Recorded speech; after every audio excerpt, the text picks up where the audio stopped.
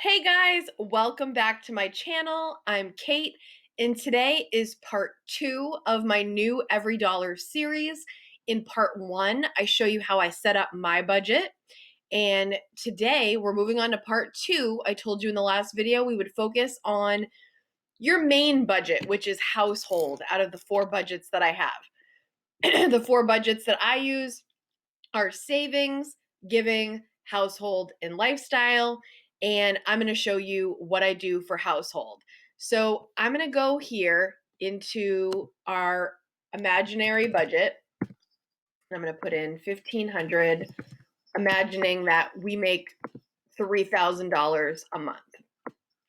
Now, what I'm going to tell you is today we're focusing on the things that are essential. By essential, I mean the things that if you lost your job tomorrow, you would still have to pay for, okay? Not the things that are really optional, the things that you must pay for to keep going. And it's good that you know what that number is so that you always know what's really necessary in your life and what could possibly go if need be. So the first budget line item of household, and I dragged the household up to the top so that we could just focus on that, is your rent or your mortgage. Sorry, gotta clear my throat. So I call it Love Shack, and I'm gonna put in, for example, $900. Power, you just put that in. I'll say 50. YouTube, which is internet, I'll say 75. Car payment, 300. Car insurance, 50. Now, of course, you have to put in whatever your actual numbers are. Grocery greatness, your food. That's real. That is my budget for groceries. I used to do 300 and then I needed an extra 50 to work on my cat budget, if you will. Child care, cell phone. Okay. So you put in all of the necessary things. Now, you might need to add in here health insurance. You might need to add anything that keeps your household running, okay?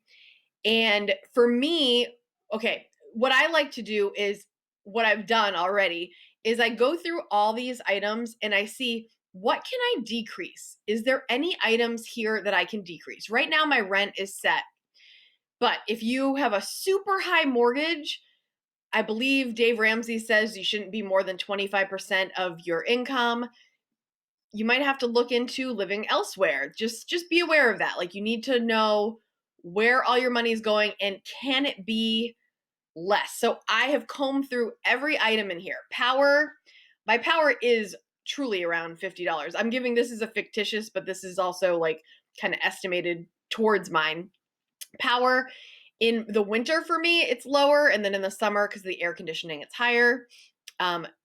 Internet, you have to decide if you're going to do cable and internet or just internet. I have chosen to do just internet. Car payments, you guys know in reality, I don't have a car payment because I worked my tail off to pay that off.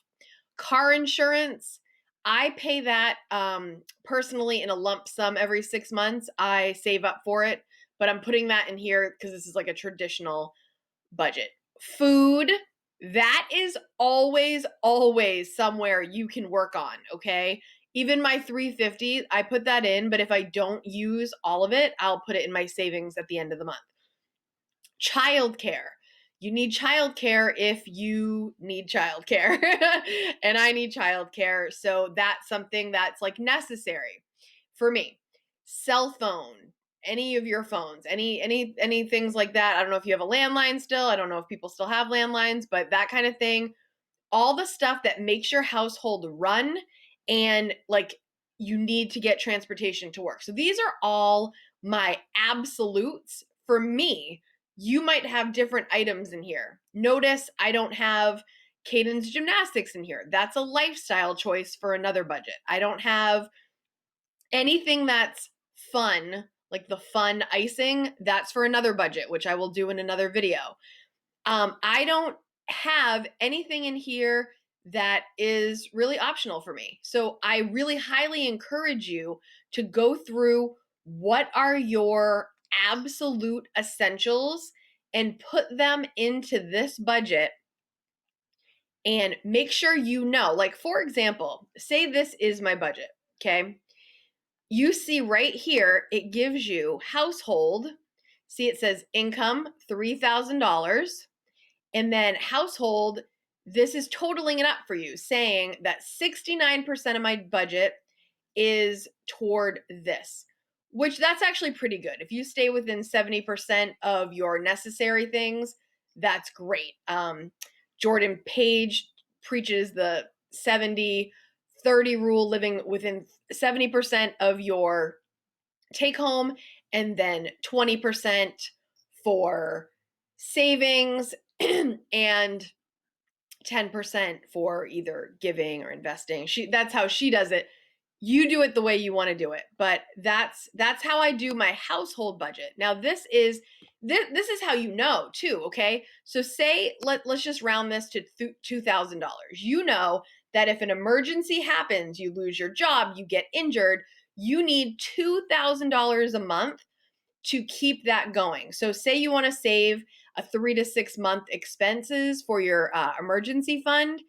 If you, let's say 5 months, $10,000 is what you need so that you have 5 months of safety if anything goes wrong. And I am a huge, huge, huge fan and supporter and encourager of having an emergency fund. It's a must. So know that that's your household expenses. And I love that it adds it up. And when we go to the next video, the next budget we'll do in part 3, I'll keep showing you how it works, okay? So this was part 2, and I'm doing it in little bite-sized chunks so it's not overwhelming. If you didn't watch part 1, go over, make sure you watch part 1, and then part 2, and work on your own budget. Do your own household. This is like the meat. This is the meat of your budget, okay? Make sure you've got that all set up. And then the next video, we're going to move into one of the other budgets, and we'll just keep chipping away at this, guys, until you've got the whole budget put together on EveryDollar. I do want to point out there's other features on here, but I think I'm just going to give little by little every video so that you get the most out of each one. Okay, that's all we've got for today. I will see you next time. We're going to talk about the next budget in line, and you'll see what that one is soon. I hope that you guys have an awesome, awesome day, and I hope this is helpful. Go through that meat of your budget. See if you can get all the numbers as low as possible. Call your cable company, get it negotiated. Call your cell phone, call AT&T, get everything as negotiated as low as possible so that your main meat of your budget is as low as possible so that you know that's the minimum you need to survive if anything happens. I like knowing that. That way, if anything happens, all the other budgets can be adjusted, but this one you need. Okay? See you later. Have a great day. Bye.